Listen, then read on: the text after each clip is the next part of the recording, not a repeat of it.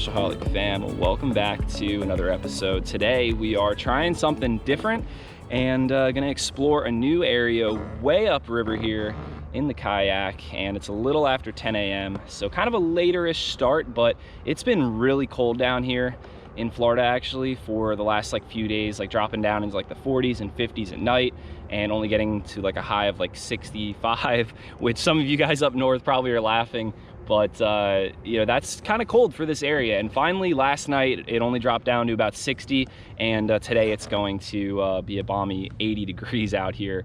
And I'm wearing pants and long sleeves though, because once we get into the evening we're probably going to get attacked by bugs, so I'm just going to be a little prepared for that. But yeah, we're gonna try exploring this new area, which to start looks a little daunting because there's so much wood structure and vegetation, and looking at it I feel like every little nook and cranny could possibly hold a fish. So we're just gonna slow it down, dial in, and hopefully find a bite from some sort of fish species, preferably snook, tarpon, or jacks. And I'm seeing a ton of mullet jump around up here, so that's really good.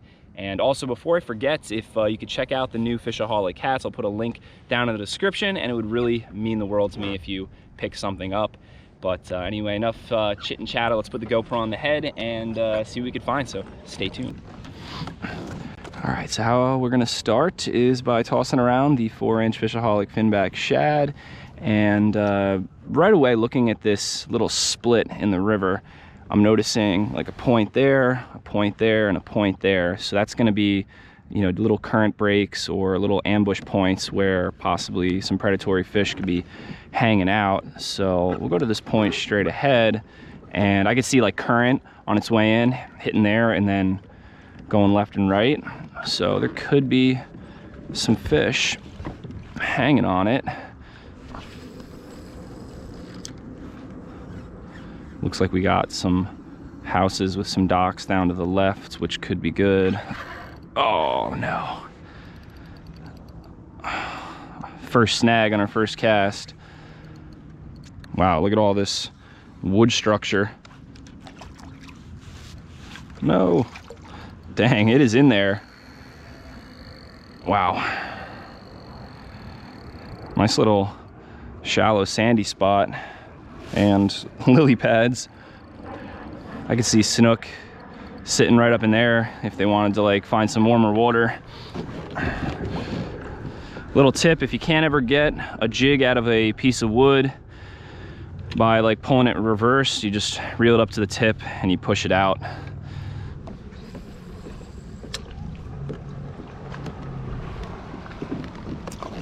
Oh, that mullet almost jumped in the kayak. Oh, he's still going. Crazy fish.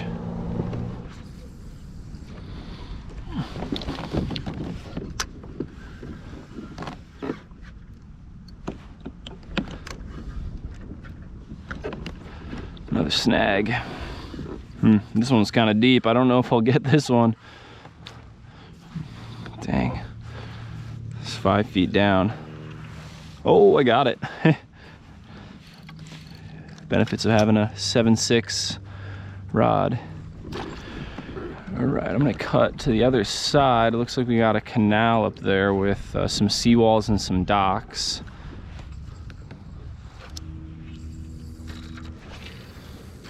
I apologize now if I scare fish. It's all good. Hey, wait a minute, I know you do.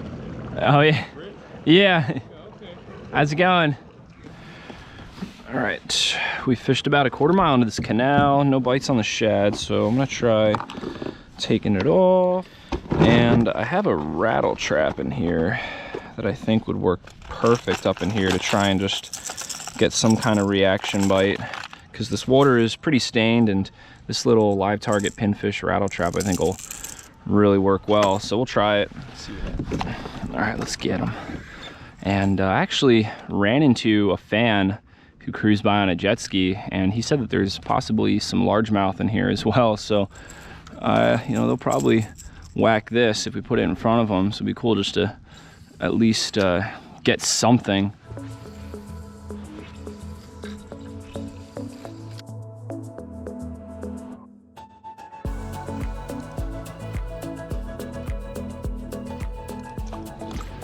All right, well, we're back on the main river now, and we could continue to the right on the main river, or we've got another canal here to the left.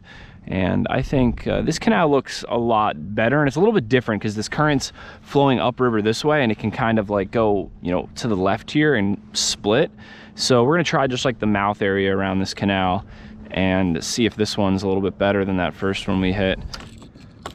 All right, nothing on the live target rattle trap, so we're gonna take that off and throw back on a shad, but just a different color.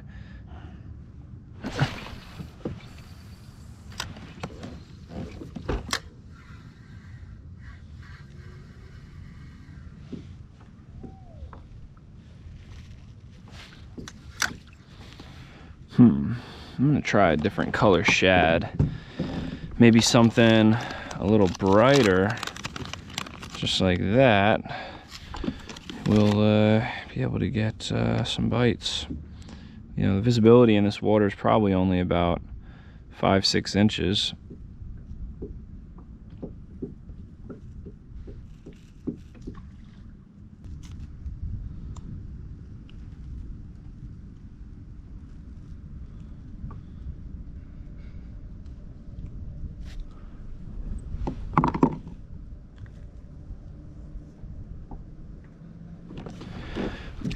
All right, let's see if this color helps us get a bite.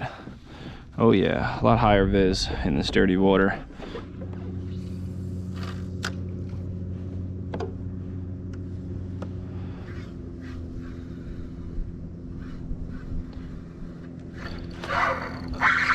There's one. Oh, monster snook, monster snook. Stay hooked. Oh, he jumped away from the net. Look at that. Oh, heck yeah, dude. Oh, man. Sometimes that's all it takes is just putting on the right color. And this white and silver flake chartreuse tail got the job done. Oh, look at that. And this fish has been caught before. Oh, someone really messed him up. But we barely had this guy hooked right on the roof of the mouth. There's a closer look at this fish here. Such a blast coming to some waters that I've never fished ever before, and putting the time in and being rewarded with a stud snook like this. Thanks for playing, baby. Let's get her back.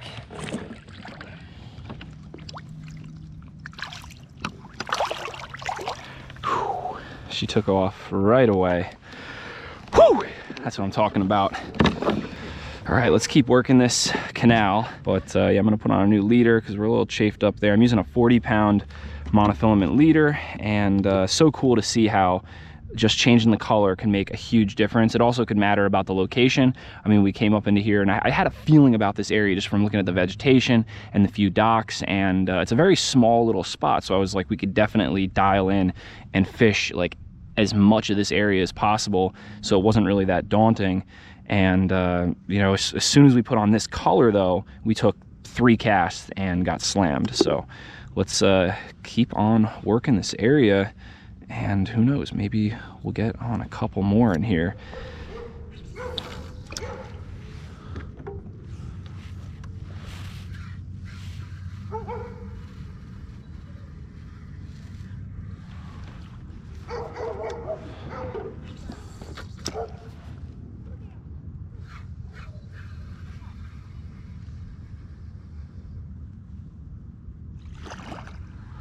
Oh my gosh, that was something big right there, sitting right below the surface.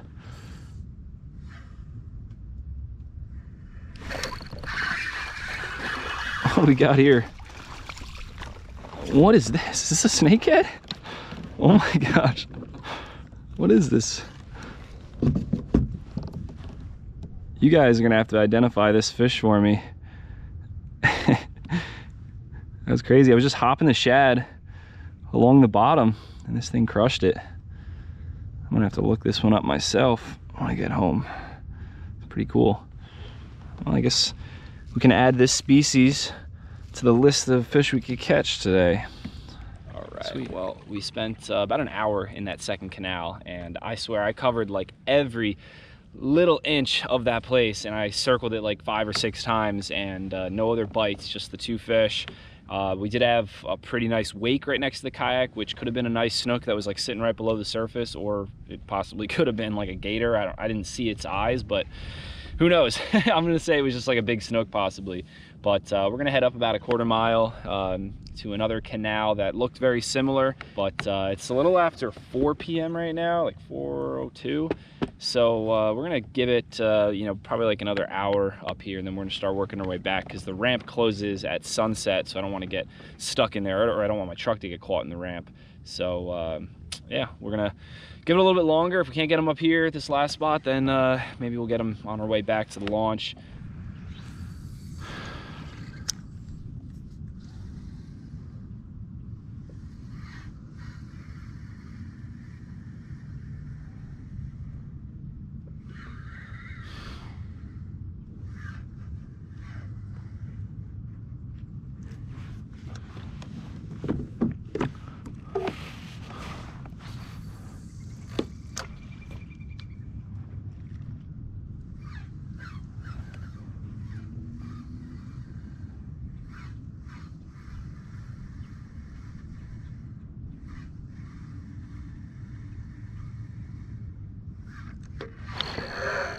Wow.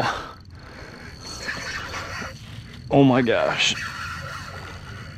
Good fish. Stay hooked, baby.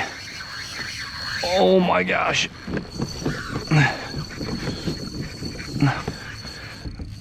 Monster fish.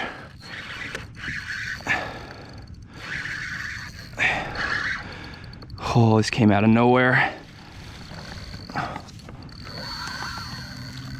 Gonna play him light and just hopefully get him to the kayak. Monster snook, oh my God. Caught him right off that point over there on the blind cast. Oh, he's trying to find those docks.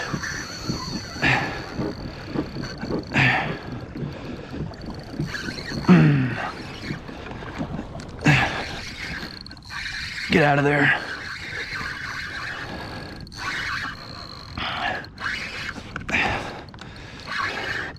Gonna try and spook him out of the dock.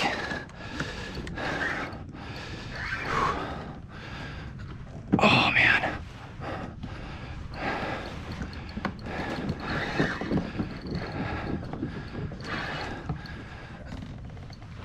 Oh.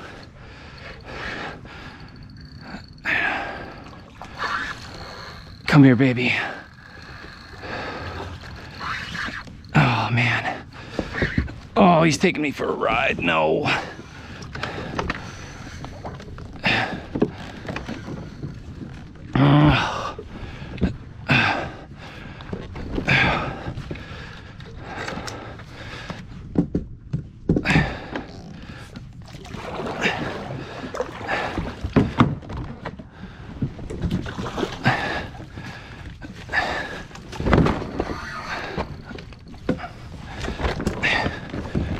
Oh man.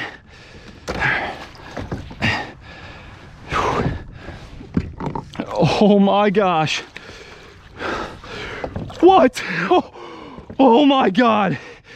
This is the biggest snook that I've ever caught. Look at this beast. Oh my God, barely fits in the net. Oh, what a ride. Took me through the dock, around the mangroves, had to hand line them in. Oh my God. Oh, I'm just gonna cut my leader so I can wind this in through the mangroves. Oh my God. That was the most epic snook battle of my life. Check this out. Look at that stud. Oh, man, I'm super stoked that we experimented today. found the right color that they love up in here. And we found a couple big fish. Let's get her back. All right, I just measured her on my paddle. I've got these water stoppers here that slide up and down the paddle, so now we'll have a good idea what length she is later. And back down she goes. All right, day is made. Do we keep fishing from here? I don't know. I don't think we're gonna be able to top that today, but of course we're gonna still fish around here a little bit and see if we can find any more studs like that. Well,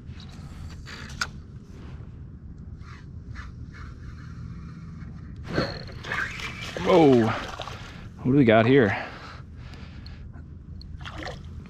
Oh, a little, what looks to be like a fat snook. Really cool. We just went like to the complete opposite end of the snook spectrum. Look at this future little trophy. All right, fishaholics, it's 5 o'clock and we're about 2 miles from the ramp. Sun sets in about like 50 minutes.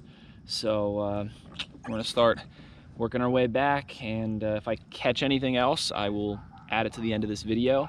But if not, I'm gonna close things out here. So thank you so much for watching. If you enjoyed this video, smash that like button, hit that subscribe button. And we got lucky today that we came to an area, you know, on this river that I've never fished before. I fished a lot downriver, where you've seen some of my videos if you're, you know, a long-term viewer. And for quite some time, I've wanted to get up here and explore. And you know, there's still so much more to explore, but we definitely learned a lot and had a little luck on our side with this first outing. And if I can give you any advice, if you're just getting into fishing, or even if you're a seasoned surf fisherman or a boat fisherman, is getting a small watercraft like this, like a kayak or even a paddleboard, really can help you dial in and figure out an area. And that's how I learned to fish areas from, you know, all along the East Coast or wherever I travel. Is you know, and most of the time I'm bringing my kayak, and when I launch on a new body of water, you know, my guess is as good as yours what I'm gonna, you know, catch and where I'm gonna find the fish. I mean, I do have a lot of experience on the water, so I know of like certain places that'll definitely have fish, or should, or where I would think they would be, but doesn't mean that they're gonna be there. Like, I probably took about 500 casts today in areas that I thought I would get a bite and didn't get a bite. But the 2 casts that looked good and I kept at it with enough persistence, eventually I got slammed, and that's what it's all about, and made today's outing so worth it. So thank you so much for watching again, and until the next vid, live to fish, fish to live.